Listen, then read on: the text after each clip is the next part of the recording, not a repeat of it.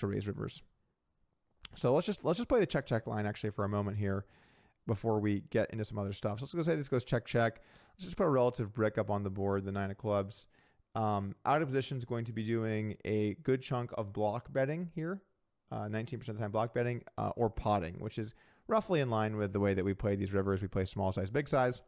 So if they go for the block, what are our raise candidates? We actually raise with all of our King X, looking to get some value.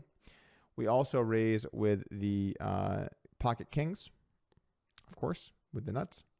And then what are our bluffs? Our bluffs are kind of weird hands. They're hands that looks like we want to unblock floats. So let's just take a moment to really think about this. Why is 8-7 of spades a nice raise hand here? Well, when our opponent check calls and it goes check, and he bets the river, he's likely bluffing. Sorry, let me rephrase that. The candidates he's likely bluffing with are the ones that have obviously no showdown value, but additionally have less good card removal on the board. The best bluffs here tend to be spade hands. So you actually unblock more of his bluffs by having spades here.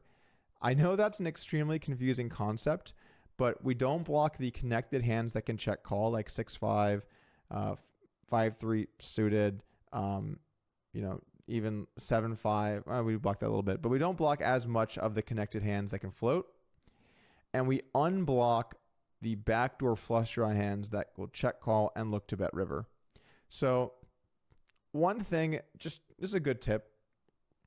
If you bet a flop that's rainbow and you're looking for bluff candidates, be it on the turn or the river, or if you check turn, the non-flopped suit will very consistently be your best bluff candidate suit, best bluff candidate hand. So spades on this club heart diamond flop will be a very common bluff hand for you in the check line. And if you look at this, like for example, 8-7 with a spade here, raising super high frequency, as you have a spade less, it happens less so. Although it doesn't like the 7 of spades, maybe because then you block more of the connectivity. I don't really know. It's very close, and some of this stuff is very complicated, obviously. Going back to it, if we just look at some of the other bluff hands, if we normalize them proportional to weight, we can see Jack 8 of spades likes bluffing here. The club hands actually like bluffing here a bit as well. Which some different logic with that I'd have to think about for a moment. I guess when you check back the turn, you're less likely to have club hands because those are high frequency turn bets. So something about the way that you're structuring your turn bet, the clubs are maybe a little bit more attractive as river raises. Okay. So our bluffs in this spot would be spade hands that are unconnected to the board. Like Jack 10 with a spade also likes raising here. Okay. For the big size, if it goes check and our opponent uses their large size, now it's a bit different, right? So with the small side, with the small size, we have to do so much defending. We can only fold 30% versus that. We do lots of calling, tons of raising. So we have to defend our high card hands. Versus the big size, our bluff candidates are quite different. Here, the size is so large that we can actually start to bluff with pairs. And it really loves bluffing jacks in this situation. I guess the idea is that the most common value bet for our opponent are King Jack, King 10. That's 480. Yeah, our most common size for our opponent here will be one of their most common value bets will be King Jack. So we block King Jack, which would probably bet call, and then we unblock lots of the folds. Notice, guys, this is actually pretty cool. Notice on the jacks, look how often the spade gets used, right? Jack of spades hands are raising here more like 3/4 of the time. Jacks without the spade mainly just folding. So again, the spade concept kind of at play. But we also see hands like Jack 9 getting in there as a pure raise here on the river, where it's less likely our opponents improve the 2 pair. We can have pocket 9s, and we block some of the King 9, really the King 9 hand that would easily bet call. So once that size gets so big, we shift our bluffs. So the question becomes, what size do we want to go, and how do we shift our bluffs? And we can see that the bluffs shift towards paired hands versus the big size, and high card hands versus the small size. Okay.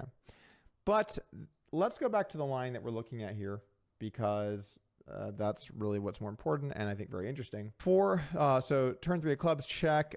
We should bet 58% pot. I go for a 2/3 pot size, which is fine. It's very similar EV. And now over to Kevin. How is he supposed to respond? 4% check raise here.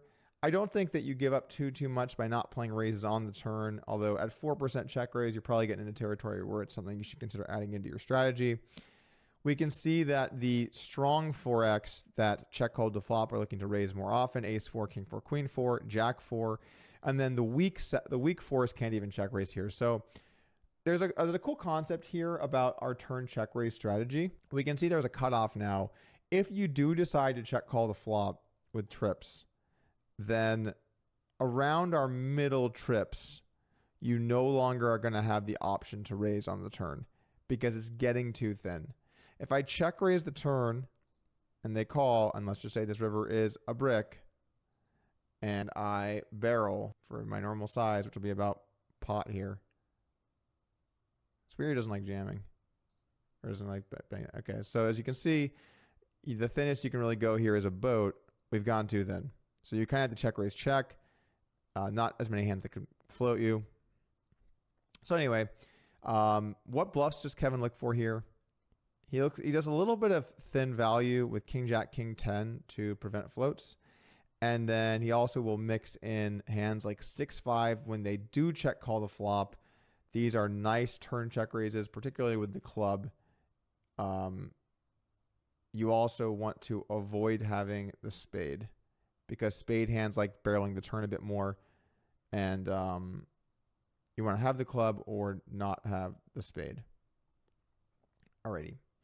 Also check raise with some club hands, particularly those that unblock, like the deuce X hands like to check raise the turn a lot. If we did check call 9 deuce or 8 deuce or 6 deuce or 5 deuce, these are all pure check raising the turn. And we do see some 8-5 of clubs, 10-6 of clubs kind of getting in there as well. So 6-5, the lowest straight draw and our lowest flush draws. And you know, that's maybe a good thing to take away as well.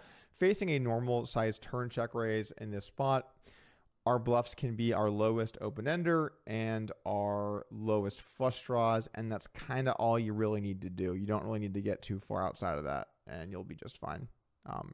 Turn check raises, I think, are a lot easier to play than flop check raises, because you don't need to be nearly as balanced. You kind of need to be a little bit closer to that 1-to-1 bluff to value ratio, and you just need to have some playability across rivers. But your candidates can be a bit more specific because your range has so much value. You know, they can know you could have 6-5 here a lot, and given that you do have so much trips and boats and things like that, there's only so far your opponent can really go with that. Anyway, ultimately Kevin decides to play the call line, which is totally reasonable and still main line. It's possible that Kevin's not playing check raises here on the turn. I don't think he gives up a lot of value by doing that. And then we get an offsuit 5 on the river. 5 of hearts. Check, and now we get into some more strategy stuff. So in this situation, I was thinking I was going to use a 67-150 split. I don't know if that is going to end up being our highest value decision. So let's do this. Let's resolve this. Create a subtree configuration. And then we're going to take these out. We're going to make this 150. I don't know why it says 2E for the river. Okay. All right. So let's just look at a couple values. Let's look at the 67-150 size here, and we can quickly see what the value is going to be. All right, that's fine. So 407.3 in position value. If I do this strategy, that's similar with this smaller set strategy size. Yeah, I think this is probably fine. It likes to use pot more than 67 or 150, which makes me think maybe using 67-150 split isn't super ideal, but I actually think that it's probably fine here. Let's just see what if a jam would be preferred. I don't think so. Yeah, it's not going to be. Okay, so we can play our normal 67-150 split. meaning we are splitting our range into those two sizes on the river. And let's kind of walk through the way that we're going to be approaching each one. So a mistake here from me on the river, I thought that 7-4 would be strong enough where we can get into the 150% pot size. I don't remember my exact breakdown, if it was like mainly using the bigger size or if it was using a lot of the small size. I don't remember, guys. It's a lot of live hands, but I see my mixed sum of both and went for the large size.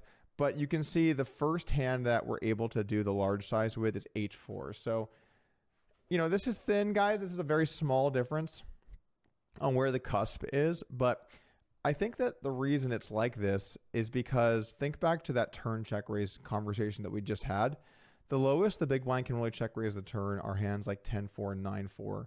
So when I have a hand like 7-4, given that there's a 5 on the river, there really aren't any 4x for me to get value up from other than maybe 6-4 or 4-3 suited. Sorry, not even 4 deuce suited. So there really are not many hands that left for this trips to get value from. Whereas as we move towards Jack 4, if I have Jack 4, I know my opponent is likely to have check raised stronger 4s before now. There's plenty of 4x that can call my overbet. And so there's actually a pretty large EV difference on the river. So what are some takeaways from this? Our weak trips need to go in the 67% pot line on the river. Our stronger trips have the option to go either way. I find it interesting that Queen 4 likes to use the small size. The spades prefer the big size to the clubs. What would the logic for that be? I guess you block more boats with the 4 spades than you do with the club. So there's less likely you're going to run into strong hands. Kind of makes sense. All right, so all makes sense. So a little bit too thin here for me with the large size. That said, if we look at the EV difference, I imagine it's not too huge. 7-4 clubs. Yeah, very small chip difference between these two sizes, so not too crazy. All right. As for back to Kevin, once we bet this 2/3 pot size, what does he decide to do here with the King 4? Well, obviously he's going to check raise. Question is, how big does he go? Ultimately, he decided to go for a 44,000 chip bet. Sorry, I need to use the big size. The question is, how big does he decide to go? Ultimately, he decided to go for the 44,000 chip bet. Now, if I put that in, it's tough because I want to solve for the 44,000 chip bet, but I don't want to have too many options here for Kevin to use. So jamming doesn't really get used. You can probably take that out. Let's just assume that Kevin's going to play a strategy in between these two things. I think that's about 100% pot. Okay, yeah, it's roughly 100% pot. A little bit more. Hard to calculate these things in game. Okay, so we bet, and he makes it 44,000. So what hands does Kevin like to bluff with here? The kind of natural candidates to bluff with in Kevin's shoes are going to be some of his weakest 4x hands. They're right around the cusp of being able to call. Well, let me rephrase that. They are good calls, but the class right below is substantially worse. We do see King 5 gets in there some. King 3, not so much. I actually would think King 3 is better than King 5 intuitively because it's more likely to block boats, right? Pocket 3 is going to be high frequency flop bet and turn bet, but does Pocket 5's bet turn a lot? Actually, I think it does. Now I'm thinking about it. Yeah. Okay, so they both make sense. So I guess 5 actually does block more boats, which is kind of interesting. So King 5 makes it in there. Some of the weakest 4x makes it in there. And I think like in these kinds of spots when you're looking for bluffs, I think taking your best 2-pair hand and just doing it a quarter of the time or so, depending on how many boats you have, or maybe doing it when you have like the spade, right? So like with the King 5s, it seems like it's better to have the spade because you block more boats. You can see that more raising happens with the 5 of spades and the King of